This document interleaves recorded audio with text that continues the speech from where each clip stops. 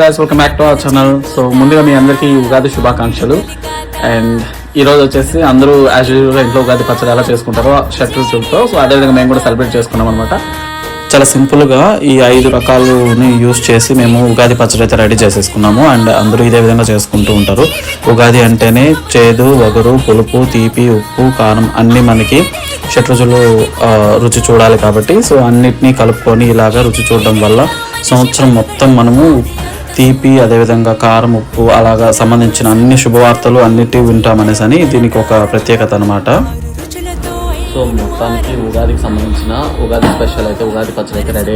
చాలా years back నేను ఉగాది పచ్చడి అయితే చేశాను. అండ్ మళ్ళీ కూడా ఈ సంవత్సరం నేను ఉగాది పచ్చడి చేశాను ఇంట్లో. అండ్ మా అమ్మ వచ్చేసి పూజకి సంబంధించిన అన్ని కూడా రెడీ చేసేసి ఇంక ఇంట్లో పూజ స్టార్ట్ చేసేసారనమాట. చాలా సింపుల్గానే చేసుకుంటాము ఇంట్లో పూజ. అండ్ తర్వాత టెంపుల్కి వెళ్ళేసి అక్కడ దర్శనం చేసుకొని ఇంకా దేవుడికి వెంకాయ కొట్టుకొని ఇంటికి వచ్చేస్తాం. Thank you so much for watching.